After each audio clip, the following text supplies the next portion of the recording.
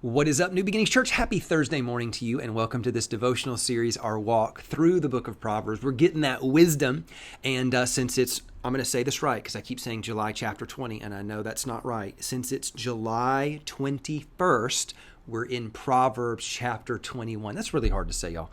And so anyway, pause, go read Proverbs chapter 21, go get that wisdom, and then come back with me here. Today I'm going to do a little bit about what I did, I think, a few days ago, where I was like, man, there's too many good ones, and not one that I just want to settle on the whole day. So I'm going to bounce around and give you four of my favorite Proverbs from today. The first one I'll give you is this. It's verse 3. It says, "To do righteousness and justice is more acceptable to the Lord than sacrifice." You know what that sounds a lot like is the prophet Micah when he says, "What does God require of you but to love just, or to do mercy, to do justly, to love mercy, and to walk humbly with your God?" And I'm like, that's this verse right here. I think you can become so religious, and in your desire to please God, you become rigid with your religious rule keeping, and you kind of forget what matters most. So in the Old Testament, the Pharisees did this, of course, in the days of Jesus. They took these Old Testament laws. They even made laws on top of laws to prevent you from breaking the original laws. And so let's just have rules everywhere. And they got really, really rigid. And of course, one of the ways they got religious and rigid on was their sacrifices. Like, you have to do this one, this one, this one, and this one. And you know, again, when we look at the nature of these Old Testament sacrifices, these guys like Solomon and Micah come along, and they're like, you know that's not the most important thing, right? The writer of Hebrews goes on later to say, you know why God let you kill the animal?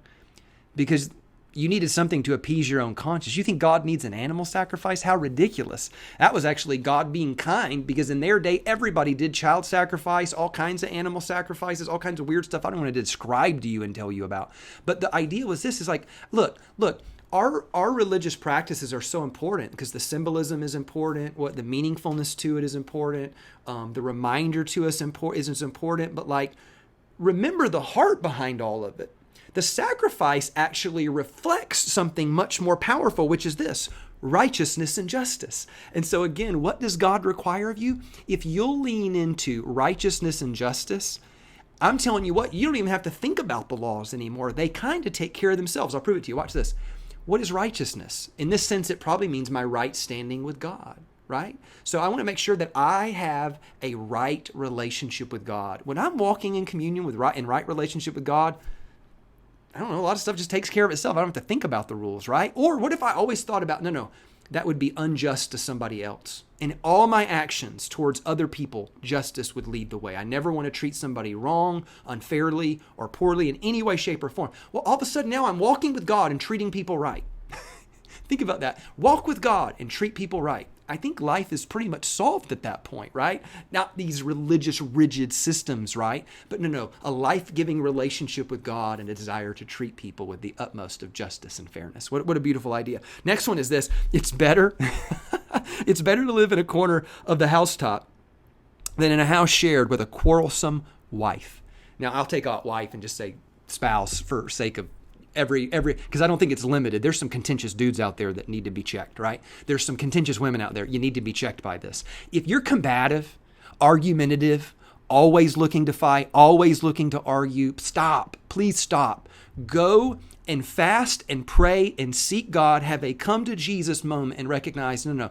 What Solomon is saying is this. I want you to consider this. If you're a quarrelsome person, wants to argue about everything, fight about everything, need to win everything, if that's you, I want you to consider this.